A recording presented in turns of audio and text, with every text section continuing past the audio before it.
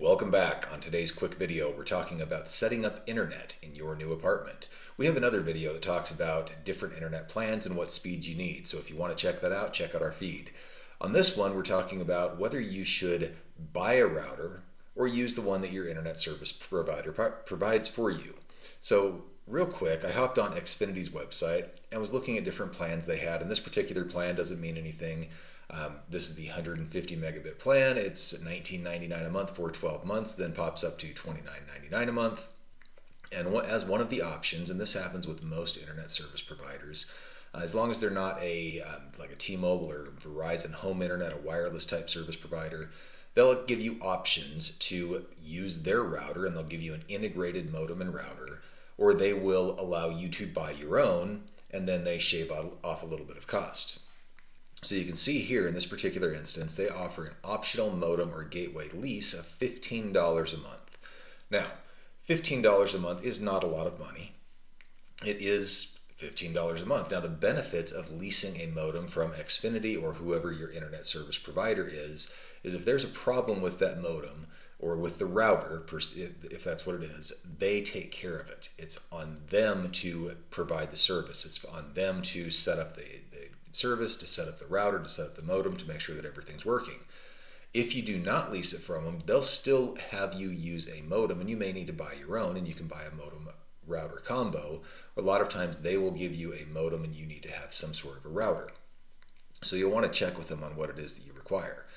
In that instance, if you do it, then you are responsible for all maintenance. If there's a service issue, you're responsible for that. So there is some downside. Now, a couple of upsides to it. The most important upside being you save $15 a month. The next upside, though, that a lot of people don't take into consideration is when you leave that service provider, say you move or say you switch to another service provider, all of your Wi-Fi connected devices, if you own the router, will stay the same because you keep the router, you only change out the modem.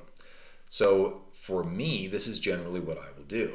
It's not a huge savings, but it's a convenience factor. For example, we relocated about 1,000 miles not terribly long ago. When we got to the new location, we hooked up the internet, plugged in our router, everything came back online, and I didn't have to go change all the settings. Sometimes, if you switch service providers and they provide the router, they will give you your settings, but they'll have to manually set it up, and a lot of times they don't want to take the steps to do that. So those are a couple of things. So if you were going to buy a router, what you'd want to do is look at what's the overall cost benefit. So the first thing that I would do is take a quick look, pull up a calculator and say, okay, $15 a month equals $180 a year. If I keep it for 3 or 4 years, let's just say 4, that's $720 that I can save minus the cost of a router. So then we'd want to come over here and let's just go to Amazon and take a look at what different routers cost. For most people, if you're in an apartment or a small house, this router right here, the Linksys E5400, would be fine. It says it has up to 10 devices, has a few different options. There's a lot of different options you can get. For example, here's a TP-Link AC1900. It has the MIMO wireless routers. MIMO is a multiple in, multiple out, just a different way of connecting. And you can see, you can scan through, and there's all sorts of different types. So if you get your router, there's a couple of different things that you'll want to look at, not anything necessarily that we need to go into on this plan right now.